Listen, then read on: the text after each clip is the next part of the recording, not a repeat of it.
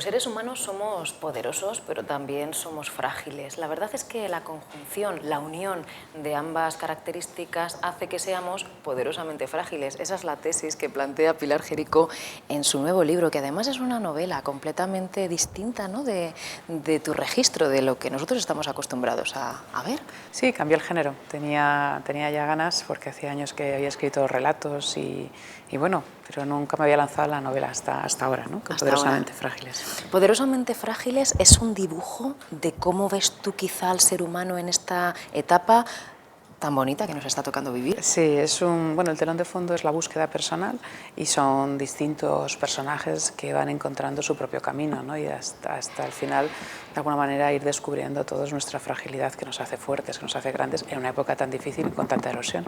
Pero en este caso creo que es más completo porque te adentras en más lugares, ¿no? Quiero decir, hay más personajes, está la interacción entre las distintas personas, cómo están nuestros miedos, dónde vienen, incluso cuál es el origen de los mismos a través de regresar a aspectos del pasado. Creo que es mucho más amplio, ¿no? Incluso. Y yo creo que además es divertido, ¿no? Claro, esos aspectos del pasado que tú decías, muchos de ellos están relacionados con la infancia. Una atmósfera emocional inadecuada puede hacer que una persona no se crea que es capaz de todo lo que quiera. Sí, ahí se nos olvida un poquito toda esta huella a veces que tenemos de nuestro propio pasado, pero lo interesante es que decía además Erikson que nunca es tarde para tener una infancia feliz. Qué bonito. Porque todos podemos regresar atrás y reconstruir o de alguna manera revisar lo que hemos vivido, porque junto con aspectos que nos han podido doler siempre hay otros que nos han hecho grandes. Por lo tanto, lo importante a veces no es tanto la experiencia, que indudablemente influye, sino la manera en que la contemplamos. El foco. Por ejemplo, ahora mismo en el mundo de las organizaciones, que es quizá el ecosistema natural en el que tú te mueves desde el punto de vista profesional. Ahí hemos estado poniendo el foco hasta hace bien poco en los aspectos negativos, en la parte más dura de la crisis, y ahora hay una transformación. Sí, además, fíjate, yo lo estoy viendo a nivel internacional, como de alguna manera hemos contemplado siempre las áreas de mejora, incluso cuando trabajamos con líderes, siempre haces un 360, lo que falta, esto es lo que tendrías que trabajar. Y creo que en una época como la actual, de tanta erosión emocional, es importante poner énfasis en lo que somos fuertes. Hay un cambio de mentalidad muy potente, fíjate, incluso en las conversaciones que tenemos también en el mundo de la empresa, hay terminología como la estrategia, la gestión, la planificación. Todo esto parece que ya está superado porque ya sabemos montar estrategias, ya sabemos planificar, pero teníamos la gran laguna del desarrollo personal, empezando por el propio líder, para luego poder trabajar con equipos, bueno, talentosos o de alto rendimiento, como lo queramos denominar. Esta situación está haciendo que volvamos a revisar las bases y a que rescatemos valores muy interesantes que se habían quedado en el cofre del tesoro. Sí, de alguna manera estamos hablando de los básicos, en principios como la templanza, ¿no? Por ejemplo, la templanza en un directivo es fundamental, ¿no? O la capacidad de ilusionar, que también esto se ha recogido de toda la vida en el liderazgo, pero quizás ahora es donde estamos poniendo más énfasis porque tiene más importancia, porque ahora el líder no solo tiene que gestionar situaciones complejas desde el punto de vista de mercado, sino también su propia erosión interior, las propias dificultades, ¿no? Por eso no es de extrañar que cada vez más haya programas desde el punto de vista de liderazgo que contemplen a la persona en su conjunto, tanto aspectos emocionales que estás sintiendo, cómo piensas, dónde pones el foco, e incluso, que esto es muy novedoso, aspectos del cuerpo, ¿no? Dietética, trabajo. Y nosotros tenemos programas en los que incluso, bueno, en algunos casos, dietistas están enseñando, están entrenando a poder comer bien para tener energía, porque lo importante no es gestión del tiempo, es la gestión de tu propia energía personal. Efectivamente, y ahí también entra, por supuesto, todo lo que tiene que ver con los hábitos de sueño. Por ejemplo, entre otras cosas, hábitos de sueño o incluso estar 10 minutos al día contigo mismo. Además, estamos más abiertos a este tipo de terapias, podemos decir, alternativas. La palabra es peligrosa, lo sé, la he empleado porque quizá en algunos casos podemos estar hablando de cuadros de estrés muy extremo. Por eso te empleo esta terminología. Bueno, en casos de estrés muy extremo quizás habría que utilizar otro tipo de programas, ¿no? Estos son más, digamos, más discretos, pero fíjate que incluso en Grecia la formación incluía la parte de la gimnasia, ¿no? O la parte del cuerpo. Pasa que la tenemos muy abandonados por toda la tradición bueno, ya, no sé, desde el origen, desde hace ya unos cuantos siglos, que parece que el cuerpo tiene que sostener la cabeza, ¿no?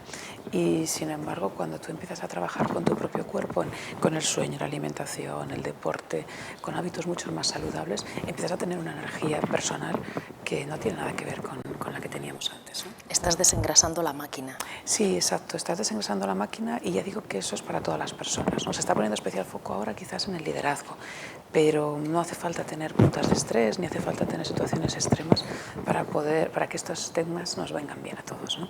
Pilar, con este sol tan brillante que tenemos, uno de los focos que quizá a lo mejor más están iluminando también en esta era es que la gente se está dando cuenta de que de verdad somos animales sociales y que nos estamos necesitando y nos buscamos a través de redes sociales, por ejemplo, acuerdos que se llegan con compañías que hasta incluso podían ser entre sí hace tiempo competencia, y estamos trabajando en una era absolutamente interconectada.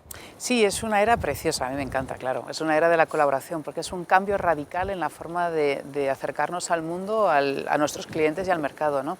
Es interesante porque lo que está consiguiendo esta nueva era es hacer las fronteras cada vez más líquidas.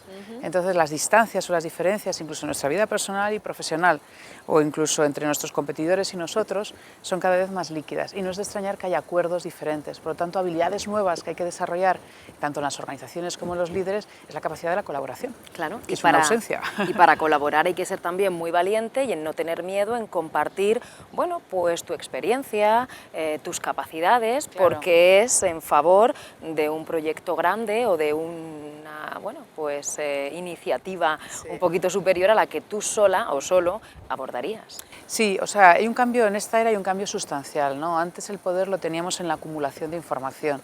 Ahora el poder en las redes sociales está en la capacidad de compartir. Entonces, claro, esto es un cambio de mentalidad muy profundo que obliga a desarrollar otras habilidades. Por ejemplo, en los líderes, que no se suele hablar, pero que es fundamental, es la generosidad. En épocas como las actuales, ¿no? Que parece que estamos con una época de escasez, hablar de generosidad suena fatal, pero es justo lo contrario. La generosidad a la hora de compartir, la generosidad a la hora de integrar al otro en los proyectos, esos son cruciales. Y de hecho en los proyectos de gestión del cambio que nosotros estamos haciendo, uno de los elementos que siempre suele salir es el de fomentar más la colaboración, y eso exige habilidades nuevas, claro. Desde luego la generosidad podría ser algo así como el arte de dar, pero entendiendo a los demás. Exacto, es el arte de dar, porque además cuando hay estudios, y hay estudios recientes sobre el impacto de la generosidad, cuando una persona es generosa en su entorno de trabajo, crea un mejor ambiente de trabajo y somos mucho más eficaces. Es decir, la generosidad no solo es un valor para todo el mundo de las redes sociales, sino también en nuestros pequeños mundos es crucial para generar confianza. Esa confianza es la palabra estrella, yo creo, no solamente en España, sino también en Europa. Vamos a hacer una vista de pájaro y quiero que me digas cómo ves tú la sociedad europea, cómo la ves en esta circunstancia. Bueno, yo creo que Europa, el eje se está moviendo, ¿no? El eje mundial se está moviendo hacia Asia, ¿no? Yo acabo de venir de Estados Unidos y se nota muchísimo en las presentaciones en un congreso que hemos estado sobre temas de liderazgo. La presencia asiática cada vez tiene mayor, ¿no? Yo creo que el poder en unos años, ya no digo me atrevo ahora, pero sí que está virando para allá.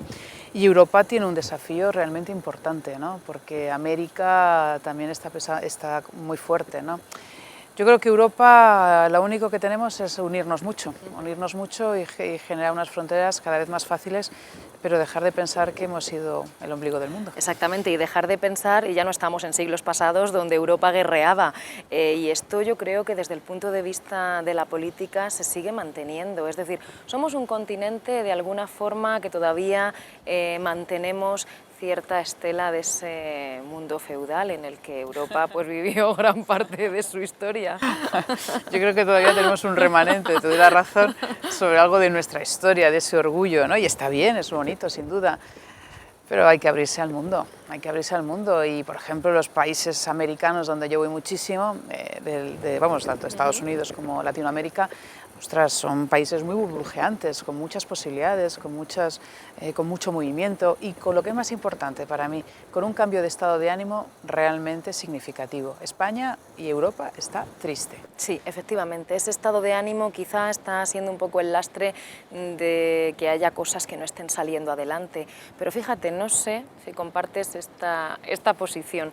Estoy viendo últimamente caras más alegres, sí, y estoy viendo también últimamente que la mujer no quiero hacer patria de nuestro género, pero ya que somos dos chicas vamos a tratar de empoderarnos, ¿no? Que se dice ahora. Pues hay muchas mujeres que están saliendo adelante y que están ocupando huecos que quizá a lo mejor se están quedando vacíos y están emprendiendo con ganas, con ilusión, con fuerza. Sí, o sea, la primera parte de lo que comentas totalmente de acuerdo, ¿no? Yo creo que España hemos tenido que superar dos crisis, o estamos superando dos crisis, una económica y otra emocional. Y la emocional es un lastre. Ahora bien, la gestión de las emociones, tanto hombres como mujeres, es uno de nuestros desafíos. Yo estoy viendo que, bueno, pues que las mujeres estamos ahí, es que es un cambio histórico muy profundo, es que son 8.000 años, y no solo ocurre en Europa, sino también ocurre en Estados Unidos. Datos, por ejemplo, el porcentaje de CEOs en Estados Unidos mujeres es un 3%. O sea que a veces miramos otros países y en el fondo es una dinámica bastante mundial. Pero claro, a mí que me encanta la historia hay que mirar para atrás, 8.000 años de cambio, ¿no? Es un barco enorme que está ahora mismo cambiando el rumbo y evidentemente cuesta. Cuesta mucho y serán posibles futuras generaciones más de las que conseguirán. Nosotros estamos aportando lo que podemos, pero yo creo que esto se materializará, se cristalizará mucho más en el futuro, ¿no? Desde luego, Pilar, lo que está claro es que todos somos héroes cotidianos. Te voy a tomar los títulos de tus libros y yo te agradezco que nos recuerdes que somos poderosamente frágiles. Sí, muchas gracias, Elena.